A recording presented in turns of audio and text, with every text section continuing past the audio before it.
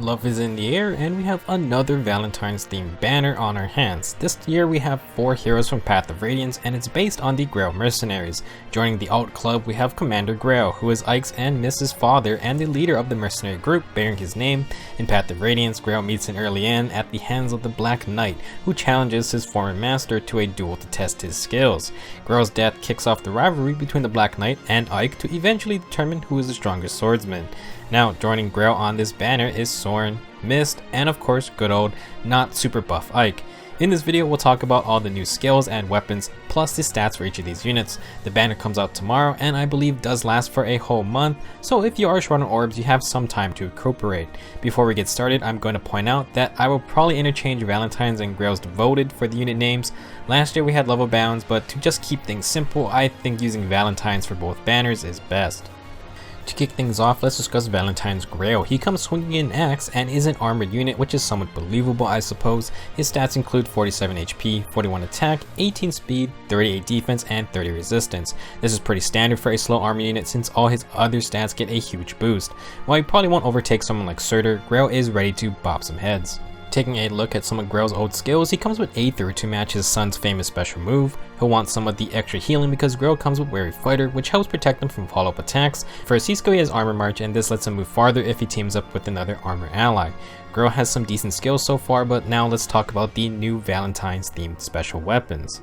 For this banner, all 4 new weapons have the same effect, so I want to talk about all of them now so I don't have to repeat the same thing over and over. Greil has the Faithful Axe Plus, Soren has the Blar Blooms Plus Blue Tome, Mist has the Grand Blooms Plus Green Tome, and Ike has the Heart's Blade Plus Sword.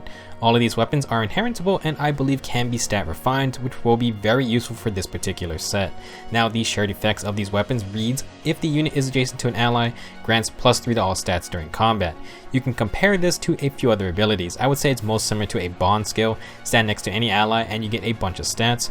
Since the stat boost is for all 4 stat categories, some may compare it to the Owl Tomes. With an Owl Tome, only 1 adjacent ally gets you +2 to all stats, 2 adjacent allies get you +4, which is more than the +3 from these Valentine's weapons. Technically it has less potential than Owl Tomes, but only needing 1 adjacent ally for +3 stats makes them somewhat easy to use. I think these weapons are nice, not really overpowered by any means, and they even tie in some of the theme of love by needing 1 partner for support to get the extra stat boost. If you want to use these units together, I would suggest using ally support as well to get another 1 or 2 extra stats. Moving on, Greil introduces a new tier 4 skill, and boy it was only a matter of time before it got introduced. No longer just a meme, Fury 4 is now a thing. I have to say that I don't think it's going to be a huge game changer like Sturdy Impact. Fury 4 essentially continues the course, adding +1 extra point to all stats, and in exchange adding another 2 points of recoil damage. This totals up for +4 to all stats at all times, and the unit takes 8 recoil damage after every fight. Now 8 damage will get a unit down on low HP pretty quickly if left unchecked, but for those builds that didn't care about low HP or even wanted to be on low HP, this is just an overall boost. Will the extra +1 make a huge difference? Probably not. If your build works with Fury 3, it will most likely work the exact same with Fury 4. For his base kit, Fury 4 works with the Faithful Axe because in total, if he is next to an ally, that's an extra +7 to all stats, and you can refine the Faithful Axe for even more stats. I think Greil can probably use any of these stat upgrades, even the extra speed if you intend to keep Fury 4. Unfortunately, Greil's default Wary Fighter kind of doesn't work with Fury. While Greil may take less damage during battle, that 8 recoil damage will take its toll and even push Greil under 50% HP, deactivating Wary Fighter. If you are dead set on keeping both skills, then the best Sacred Seal will probably be Heavy Blade to help charge Aether up faster to A. keep Greil from killing himself, and B. keep Wary Fighter active. Greil is going to be incredibly strong on his first engagement, but the build will kind of wear itself out after 2 or 3 battles if Aether doesn't heal a big chunk of HP. While Fury 4 can be a lot of fun, if you don't want Greil to just kill himself, then you can exchange it out for something like Steady Stance 4 or Steady Breath. Vengeful Fighter gives Greil a follow-up attack, and with his huge base attack stat, he can dish out some painful counterattacks. I would say Ignis or Aether works. It depends on if you want 1 round knockout power or some HP regen. With a defense refined Faithful Axe, Steady Stance 4, and attack and defense bond Secret Seal, Greil can stack up to 20 extra defense, and yeah, that's pretty disgusting. You could spread some of those points to resistance if you feel that is too much overkill. While these new Valentine's units may lack legendary weapons, their easy to activate stat boost can be comboed with a lot of other good skills. Greil may not be too crazy, but he will definitely be a usable unit. Our second unit is Soren, who is still a mage, but this time he's a blue mage and is on a horse. He comes with 37 HP, 35 attack, 33 speed, 14 defense, and 25 resistance. Valentine's Soren actually has the highest attack stat of all blue cavaliers, and his 33 speed is only 2 behind Spring Catria's. For the most part, he has a pretty decent offensive spread, and you'll definitely want an attack or speed boon, or should I say asset now. With only 14 defense, Soren will be prone to getting one shot by physical damage dealers, so keep him safe. 25 resistance isn't terrible, but it's not going to make him a magical tank. Soren does get some extra assistance from his base kit with attack and res bond, giving him plus 5 attack and resistance when next to an ally. If he keeps his Blarbloom's tome, then that's in addition to plus $3 stats. With all the extra stats, Soren does get some decent magical bulk. For his assist skill, Soren comes with rally attack and speed plus. This upgraded rally skill grants plus 6 attack and speed to an ally, and that is very powerful. In conjunction, he also has speed feint, which needs a rally to activate. Ideally, Soren buffs an ally with plus 6 speed and then debuffs enemies with minus 7 speed, making for a huge 13 stat point difference. You're going to want to keep this in mind when we talk about Ike later on. While the feint plus rally combo can support an ally, it also helps out Soren if you position correctly. Using the rally skill puts Soren next to an ally, and that will activate Blarbloom's stat boost. Soren himself would have a 10 stat point difference in speed if he applies speed feint to an attacker. For Soren's new skill, he introduces Res Opening 3. Like the other opening buffs, this skill grants plus 6 resistance to the ally with the highest res. Basically, you want this to support your magical damage tanks. It can affect multiple allies if they have the same resistance stat and works from anywhere on the map, which is a big bonus sometimes. Not a bad skill, and it's nice to support any of the crazy high res units out there these days.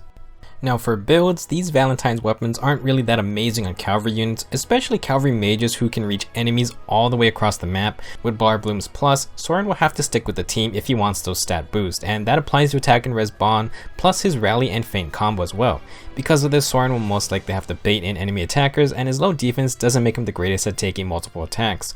If Soren survives, he can dish out tons of damage, and can get a lot of doubles if he applies speed feint. While an enemy phase setup works best for Soren's weapons and skills, it's a bit odd considering his movement type. Blarbloom's plus can also be replaced with an Owl Tome, since you only need 2 adjacent allies to outdo the plus 3 stat boost. If you really want Soren to tank more damage, then a blue Owl Tome plus distant defense might be your best bet. Now, since Soren is a cavalry mage and has pretty decent attack and speed, he can definitely make do with the standard Blade Tome build. Fury plus Desperation is self-sufficient and only needs a little more extra speed to be deadly. In my opinion, it's kind of a waste to keep ranged cavalry cooped up together when their immense range is what makes them so deadly in the first place. Unfortunately, Blarbloom's plus just doesn't play to that style. Our third unit is Valentine's Mist, and she's put down her staff in exchange for a green tome. Mist is another cavalry mage with 36 HP, 34 attack, 34 speed, 17 defense, and 23 resistance. Basically, she is incredibly similar to Valentine's Soren, and they pretty much share all the same strengths and weaknesses, just that one is a blue mage and one is a green mage. I'll try not to repeat myself, but that's just how it's going to be. Now for Valentine's Mist, her attack and speed are both second highest among that small group, and both are only 1 point behind first place. That means in terms of attack and speed, she is better than Gunthra and a mix of level balanced Lilina and green mage Owen. If you still lack one of these units, then Mist will be a great substitute. For skills, it wouldn't be a seasonal banner without someone getting Swift Sparrow. Plus 4 attack and speed is great for Mist and when she wants to be offensive, but once again it clashes with her Valentine's weapon. Blarbloom's plus is the same as Soren's Blarbloom's plus, just that it's green. While it's not impossible to set up an ally next to Mist, it's just harder if you intend to make the first move, especially with cavalry who can move 3 spaces. As for Green Tome Valor, it just grants double SP for any Green Tome ally and it's purely for training. It does nothing for combat, so exchange it with something else.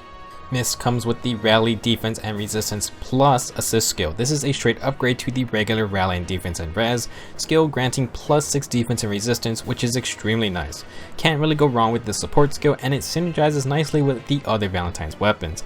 It also goes well with the feint skills, and I only bring it up because Mist comes with Resistance Feint. This is a new variant, but just like Soren's Speed Feint, when Mist or an ally uses a Rally skill, she emits a -7 res debuff to all enemies in cardinal directions. actions. With rally defense and resistance plus, Mist helps make her team take less damage and helps deal more magical damage to the enemy.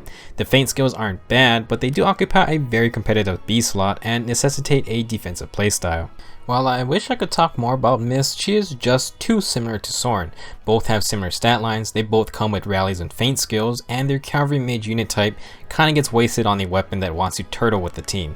Both of them are good units, but I just don't think their current weapons fit that well, plus it can be substituted with an owl tome for higher potential. Since Mist does have Swift Sparrow, she does get some mixed phase usage with her base skills. Rally defense and resistance plus can be used with honed cavalry to fully buff another cavalry ally. If you want a damage oriented build, there really isn't anything better than a blade tome, and Mist can run it insanely well with her nice 34 attack and 34 speed. She's a good unit and definitely worth having if you lack one of the rarer green mage cavaliers. Now for our last unit, we have Valentine's Ike, and boy does he have a lot of crazy things going for him. While Ike may only be wearing a cape, he's actually an armored unit, and there aren't too many armored swords out there. Ike's stats include 45 HP, 37 attack, 38 speed, 35 defense, and 19 resistance. Out of all these sword armors, Ike has the highest attack and highest speed stats. His 38 base speed is second highest among all armored units, only 1 point behind Halloween Niles. This dude is fast and has an incredible base kit to complement it. Since we already talked about Heart's Blade effect, there isn't any new other skills for us to discuss. However, Valentine's Ike has 4 incredible old skills. First up, Radiant Aether is the special variant of Aether that was originally on Legendary Ike. I assume it will stay unique to this Ike, and that's important because it's on a 4-turn cooldown compared to the usual 5-turn cooldown. Valentine's Ike joins the Distant Counter Club, which is seemingly extending its members rather quickly.